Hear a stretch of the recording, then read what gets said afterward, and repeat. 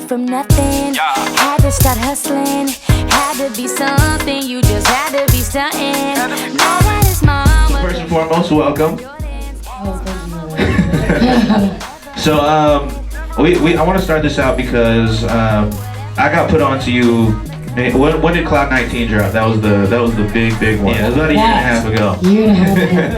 And so when that project came out, now this is a little bittersweet. My ex-girlfriend put me onto that joint, and it was definitely one of those things where I heard about it one time and then everybody's talking about it. So what was the response that you got from it? Like, how quick did that pick up for you after that drop?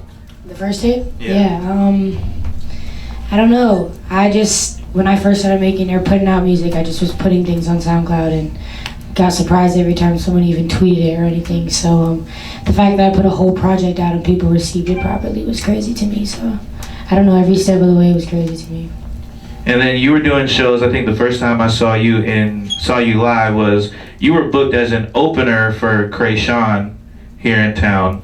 But people were there to see you. So like the second that you got off stage, everybody left, came to get meet and greets, came to get pictures, came to get t-shirts and all of that. The Tsunami Mob thing blowing up. So how did the whole Tsunami Mob thing start? I think my old Twitter used to be like Wavy something, and people was calling me the Wavy Baby or whatever.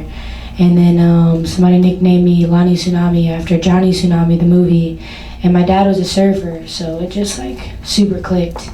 And the whole mob thing came about because of course they needed something to call themselves. We didn't want gang or squad or anything, so we just threw mob in there.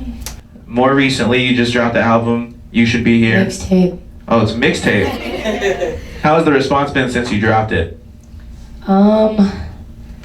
It's been crazy, but I try not to pay attention to it. You know, I try to just keep making the music and putting it out. I don't really like to focus on like necessarily what it's doing popular wise, because I feel like that's what ruins a lot of artists is they just pay attention. Well, is this getting spins? Well, how about you focus on if it's actually good first?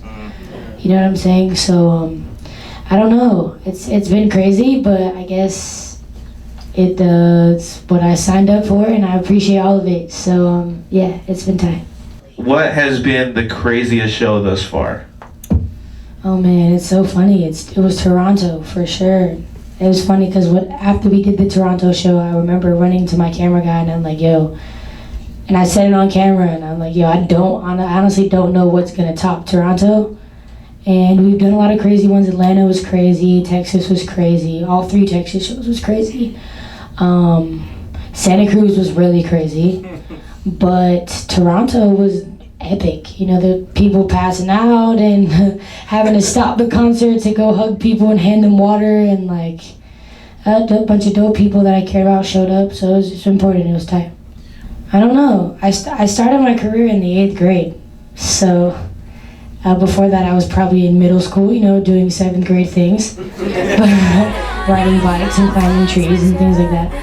But there was a break before my career kind of picked up, I guess. So I don't consider myself to be any type of crazy famous right now or poppin' or whatever this is, so I still consider myself to be in this stage before my career. Right now I'm just working. I can't put a title or give myself a rank on what I'm doing right now. I haven't earned it yet. But I'll get there, so cool. Alright, so we are going to get into this meet and greet and all of that, but before that, for the camera, for the people who don't know where to find you yet, where do they find you on the internet and everything else? KehlaniMusic.com. That's it. I'm keeping my promise, I'm thugging regardless. Years down the road when we up on out the projects. Baby, we're like rockets, loving what we started.